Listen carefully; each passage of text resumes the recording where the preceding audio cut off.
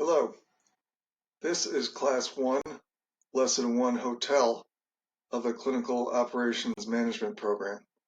I'm Daniel.omorain.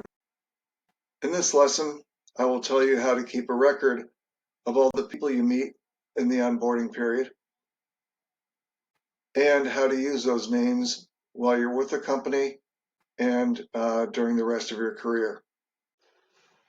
So there's some good reasons to keep a list of the names of all the folks that you meet during your onboarding period. The onboarding period is typically a week, and a lot of that time you'll be spent doing SOP work, but there will also be a lot of meetings, and the meetings are typically with the most important departments in the organization, and the people who present at the onboarding meetings will probably be the point of contact for you going forward. So it's a good idea to keep a list of these names so that way you know who to email in the future.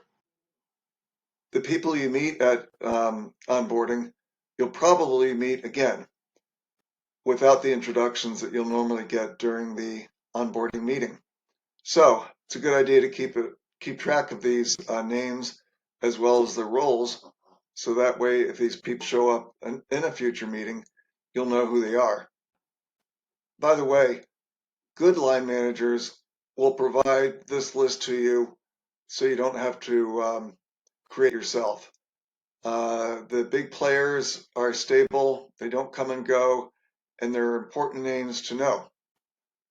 So a good line manager will tell you who the players are before you meet them. Good followers and good members of a stakeholder community lets the other people know what's going to happen before it happens. So before you have these meetings with the players, a good line manager will tell you who you're going to meet and what the rules are. And the last reason to keep this list is for future networking. Friendships and relationships are difficult to predict. You don't know who you're going to connect with and why, but it happens all the time. So it's good to keep these names and emails handy in case you do want to contact them down the road. So I recommend that you do keep track of the people who you do like and you do connect with and you do have shared values, because it's good career management to keep in touch with those people.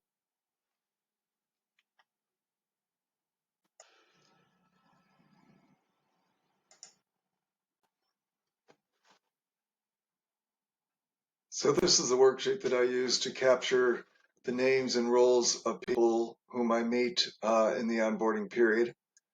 It's very simple. The first column is the name of the employer. The second column is the role.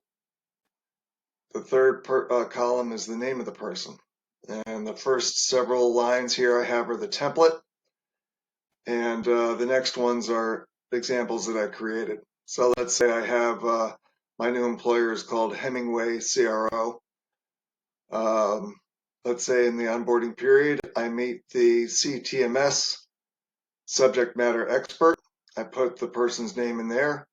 And if I find out who the backup is, I put it in there, and anything else I need to know. I do the same thing for EDC, for HR, if it applies, legal, if it applies, my line manager. If there's a regulatory person in charge of all studies, I put their name in there.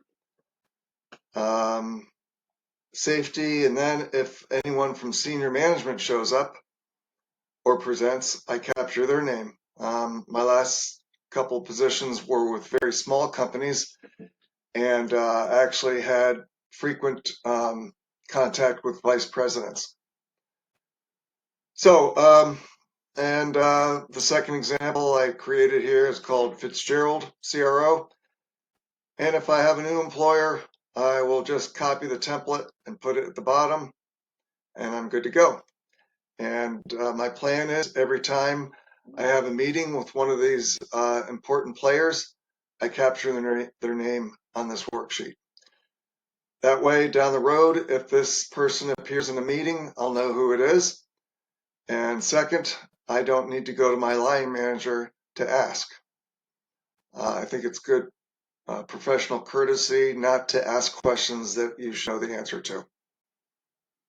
I have a worksheet similar to this that I use to capture people on my studies, and a different worksheet for all the players at all of my sites. And I will present those worksheets at a future video. In summary, in this lesson, I discussed why it is important to capture the names of the people whom you meet in the onboarding period. I talked about how to build the worksheet, and then I talked about how to actually use the worksheet. It's a very simple worksheet, but I think it's important to use. I want to talk about a couple caveats to what you might experience in your onboarding period. I was a marketing major, but I had to take some liberal arts courses and some foundational business courses. One course that I had to take, or that I did take, was Intro to Political Science.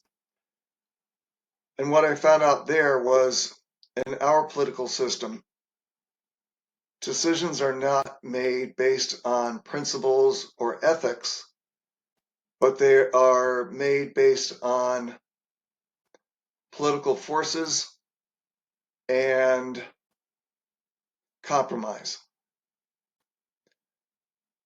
I took a business course called Organizational Behavior, and that also exposed me to the real world of the corporate world and probably life itself.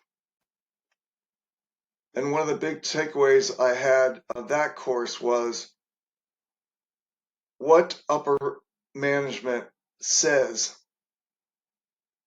is not necessarily the truth or the whole truth.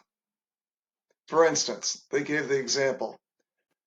Senior management holds almost an all hands meeting, maybe like a retreat or something like that. And they bill the meeting as an opportunity for the middle level folks and the lower level folks to tell the upper management people how they really see things, frustrations they have, opportunities they see, things like that. In reality, upper management does not want to hear anyone's opinions or perspectives or thoughts.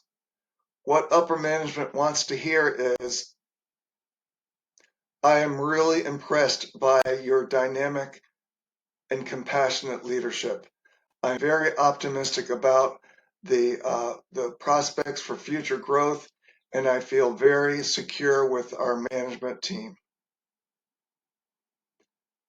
In that vein, what I have experienced in the onboarding period is this. The people who say, I have an open door policy. You can contact me with whatever problem you have, whenever you have it, and I'll help you. Those people typically are not the most helpful people.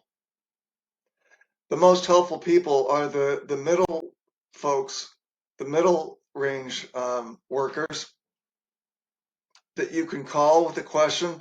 They'll stop what they're doing, they'll help you with it, and they'll hang up and carry on. They won't expect a pat on the back or a bravo Zula or anything. But the people who do say that they have an open door policy, that is something I suspect that they say to hear themselves say it, thinking that if they say it, it's true. But my experience has been that the people who do say, I have an open door policy, they are among the last people I try to contact because typically they're the least helpful. Okay, so that's the end of this lesson. This is the last lesson of Class 1, Lesson 1. The next class will be Class 1, Lesson 2, and it will cover how to learn SOPs in a focused and efficient way.